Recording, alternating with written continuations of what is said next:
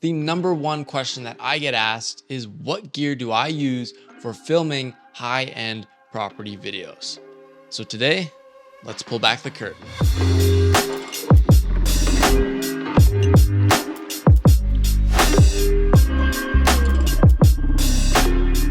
Hey everyone, welcome to the channel. My name is James, and in today's video, I'm gonna walk you through everything that's in my camera bag for filming luxury real estate videos. I like to keep my setup as simple as possible, and you'll see that reflected in the gear that I use.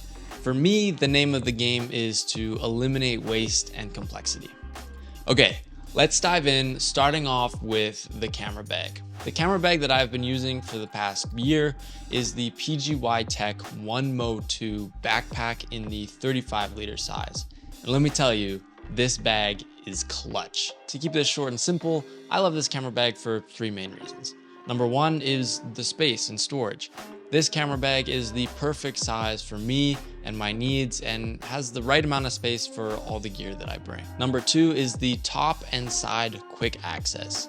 The way that I have my bag configured, I can get quick access to my camera from the top and quick access to my drone on the side without having to open up the main compartment. And number three is the comfortability.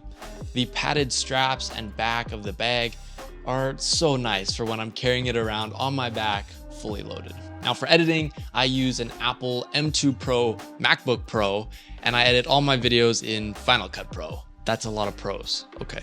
I don't often bring my laptop with me, but my backpack does have a more than large enough laptop sleeve that I can store it in if need be. Next up is my camera body, and I'm using the Canon R6 Mark II as my weapon of choice. Don't need a lot when it comes to the technical side of things, so the R6 Mark II checks all my boxes.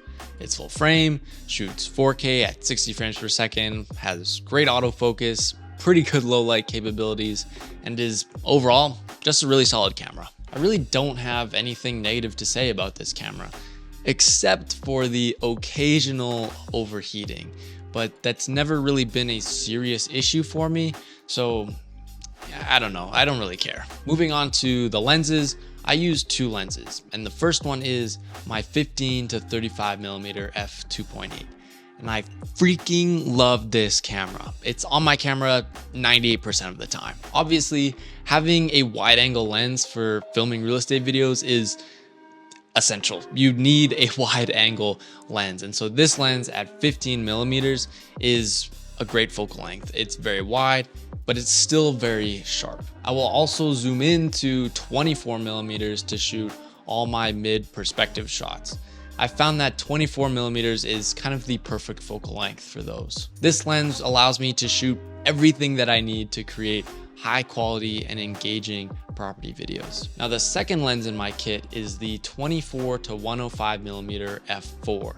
And I use this lens to shoot all my detail shots. This lens is a recent addition into my kit, and honestly, I really wish I would have picked this lens up sooner. I'm typically in between the focal length range of about 50mm to 85mm for all my detail shots, but occasionally I will punch into that 105mm mark if I'm shooting views out of a window or just kind of something further away in the distance. Now I did mention it is an f4 lens, but this hasn't really hindered me in any way.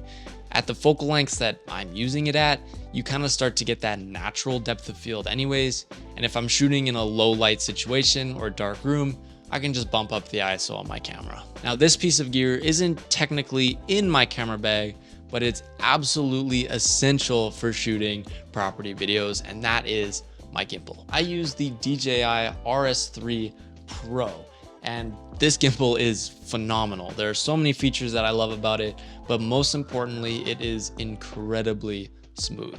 I upgraded to this gimbal from the original Ronin S, and man, it makes a world of a difference.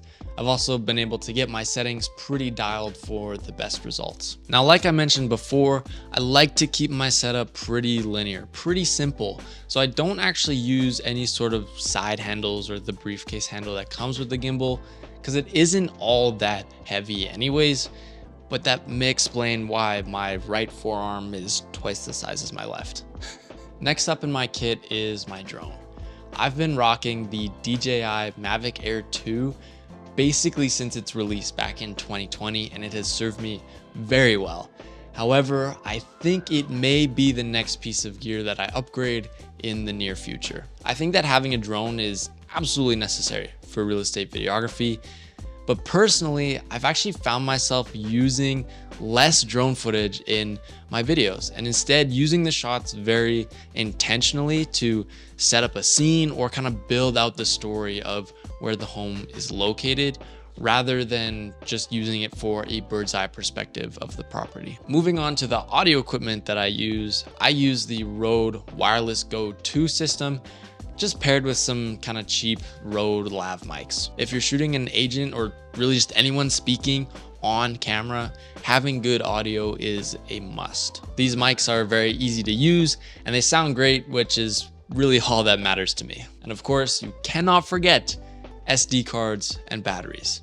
You cannot film a property without those things. Now that we've covered all the essentials for filming high-end property videos, let's move on to some of the accessories that I have in my bag that are not essential for filming property videos, but can make the filming process a little more simple or streamlined. Starting off with this little gadget right here. This is the DJI vertical mount for gimbals. This mount can quickly be swapped onto my RS3 Pro, and in a few short moments, I can be ready to film native vertical video. I shoot a lot of vertical content as short form videos have become really quite popular in the real estate industry.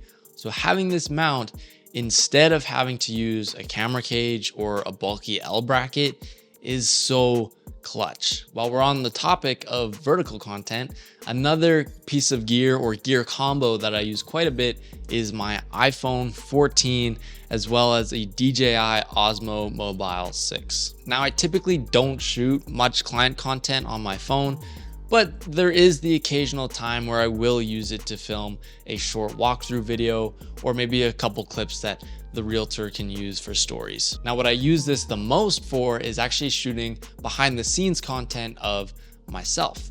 It can be used as a little tripod, but it can also track me, which is super great because most of the times I don't have somebody else with me to film behind the scenes. I've also been carrying around this iPhone neck mount recently. This has been really fun to kind of experiment with and getting kind of a POV look as to what I see for my behind the scenes content. And it's magnetic too, so I can just like that. Easy. Now, the last accessory is something that I thought I would use a lot more, but in fact, I haven't really used it much at all. And that is a VND filter. I found that screwing on an ND filter and then having to rebalance and recalibrate the gimbal just to spend 5 minutes on some exterior shots was a waste of time. So now I just crank my aperture and call it a day. Finally, sprinkled in the mix, I've got a multi-tool, some cleaning tools, chargers, and cables. So there it is. That is everything that is inside my camera bag for when I'm filming real estate videos. I've tried to keep my setup as simple as possible while still maintaining a high level of quality. There will be links to all of the items that I mentioned in the description. And if you have any questions, please let me know. So with that being said, I'll catch you in the next one. Peace.